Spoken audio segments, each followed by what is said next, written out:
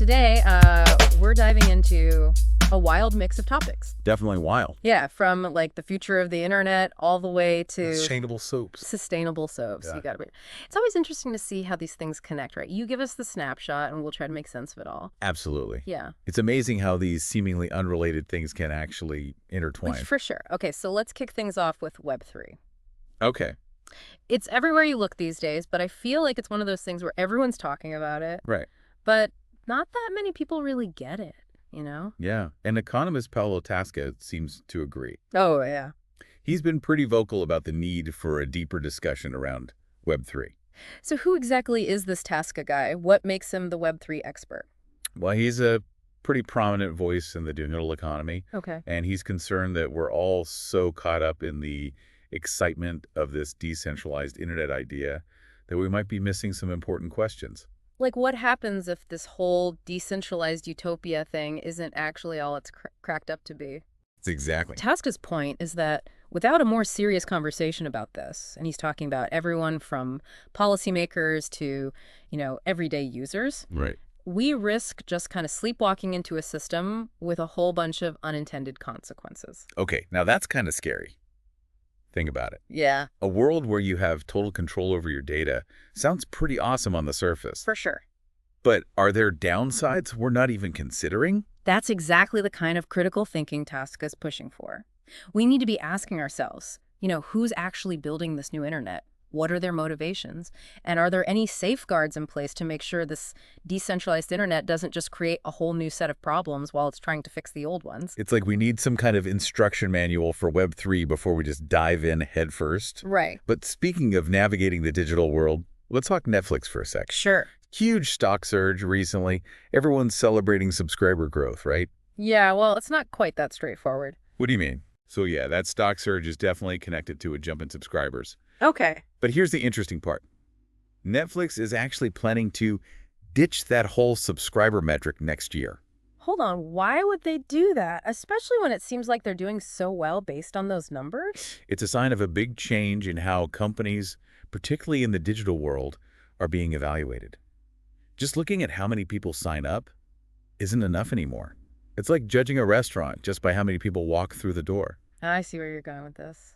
You want to know what they're ordering, how long they stay, if they like the ambiance? Right. It's about more than just showing up. Exactly. It's Yeah. about engagement beyond that initial entry point. Okay, that makes sense. So Netflix ditching the subscriber count, Yeah. it's about looking deeper. Exactly. And this move by Netflix suggests that those traditional metrics might be on their way out in this digital age. So are you saying that just keeping an eye on subscriber numbers isn't enough anymore? Like, what other signals should we be paying attention to?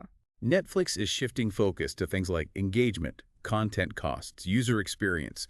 Those are the new battlegrounds for success in the digital world. So it's like we're looking at a whole new set of rules for businesses in the digital age. Definitely. And speaking of navigating new territory, let's talk U.S. stock futures for a minute. Right. They've been looking pretty good lately, building on that record high we saw recently. Yeah, that's always nice to hear. But, beyond those big picture trends, I'm always interested in the stories of individual companies. Like Apple, for example. They're doing pretty well, aren't they? Oh yeah, Apple stock is definitely up. A lot of that is thanks to those strong iPhone 16 sales, especially in China. Makes you think Apple's really putting a lot of effort into understanding that market, huh? Absolutely. They've been really smart about adapting their products and their marketing to appeal to Chinese consumers, and it seems to be working. Good reminder that staying on top of global markets and consumer trends is more important than ever. But of course, it's not all sunshine and rainbows in the stock market, is it? Definitely not. While Apple's flying high, you've got companies like CVS hitting some turbulence. Their stock is down after that leadership shakeup, and those earnings predictions weren't exactly encouraging. Goes to show that even in a generally positive market, there are always winners and losers. Always. The landscape is constantly changing. Exactly. And then you've got Nvidia just crushing expectations again. I even saw Bank of America is predicting a big jump in their target price. Yeah, they're on a roll for sure. It makes me think about other areas where predictions and reality haven't exactly lined up. Like Hollywood, for example. Those box office numbers for Joker, Folie, Deux, have been pretty disappointing. You'd think Joaquin Phoenix could draw a crowd no matter what the movie's about, right? Interesting you mentioned that, because Joker's struggles seem to reflect a larger trend of these big-budget films underperforming at the box office. So what's going on there? Is it as simple as everyone just preferring to stay home and stream these days? Well, the rise of streaming has definitely changed how we consume entertainment. And studios are still trying to figure out how to lure audiences back to theaters. Makes you wonder, what would it actually take to get people off the couch and back into those theater seats? That's the million-dollar question for those Mhm. studios. They need to offer something really special to compete with the convenience and personalized experience of streaming at home. It's a brave new world for entertainment, that's for sure. It really is. But we've still got a whole bunch of other stories to get to. Remember those aerospace concerns and the curious case of, what were they called again? Oleochemicals. Oleochemicals, that's Yeah. right. Not exactly a word you hear every day. Definitely not. Feels like we're about to jump into a rapid-fire round of fascinating but totally random stories. Ready to go. Let's do it. All right, let's start with what's happening with Spirit AeroSystems. They're having to furlough a bunch of their workforce, apparently, because of that Boeing machinists' strike. Right. Spirit AeroSystems is a big supplier for Boeing. Right. And that strike threw a wrench in the whole supply chain. Ended up impacting their production and ultimately their workforce. Really highlights how interconnected these industries are. One disruption can have ripple effects everywhere. Exactly. And it shows how even something that seems isolated can have a huge impact on global markets and industries. Yeah, it's a good reminder that we're all part of a pretty complex and interconnected system. But on a lighter note, let's talk about those oleochemicals for a second. What exactly are we talking about when we say oleochemicals? It's not as complicated as it sounds. Hmm. Oleochemicals are basically chemicals derived from plants and animal fats. Okay. And the big deal about them, they're biodegradable and sustainable. Ah, so they fit into that whole movement towards eco-friendly products. It's interesting to see how consumer demand is driving innovation in unexpected places. Definitely. Consumers are more aware than ever of the impact their choices have on the environment, and businesses are paying attention. The rise of oleochemicals is a perfect example of that shift towards sustainability. It's definitely something to watch. Speaking of things to watch, let's touch on a couple more stories that caught my eye. Aquila Air Capital getting acquired, and then there's that whole Crypto.com case with the SEC. They seem like completely different worlds, but I feel like there's a connection there somewhere. Yeah, you're right to see a connection. On the surface, you have a major player in aviation finance, Aquila Air Capital, getting acquired. Right. That suggests a renewed confidence in the airline industry. Good news for anyone who likes to travel or depends on air travel for work. Definitely good to hear after all the uncertainty in that industry over the past few years. But how does this tie into the crypto world, particularly with Crypto.com going head-to-head with the SEC? Both these stories highlight how regulations and investments are always evolving. The Aquila Air Capital acquisition shows confidence in a recovering industry, Right. while the Crypto.com situation shows us the growing pains of a market that's still maturing.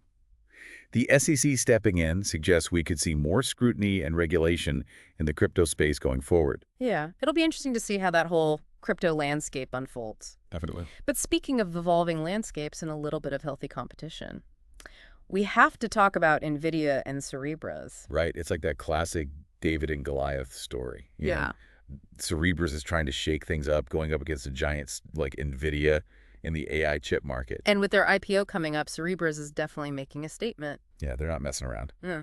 This IPO could really change the game in the AI chip industry. It'll be interesting to see who jumps in wanting a piece of that AI future. It makes you think, though, as artificial intelligence becomes more and more a part of our lives, who's really in control of where it goes? Is it the companies building these chips, the government's making the rules, or do we, the users, actually have a say? That's the big question, isn't it? Yeah. And it's something we all need to be thinking about. Yeah. This whole AI thing has huge implications. It could change everything from how we work to our privacy, even what it means to be human. Whoa. Okay, now we're getting deep. Right. It's bigger than just lines of code. Yeah. It's a good point, though. We can't just sit back and watch this technology happen. We need to be part of the conversation about the ethics of it all. Exactly. The future of AI isn't set in stone. It's something we're all creating right now with the choices we make. It's kind of empowering when you think about it. Even with all this complex technology, we still have the power to shape how it affects us. Absolutely. So let's bring it all back full circle for a sec.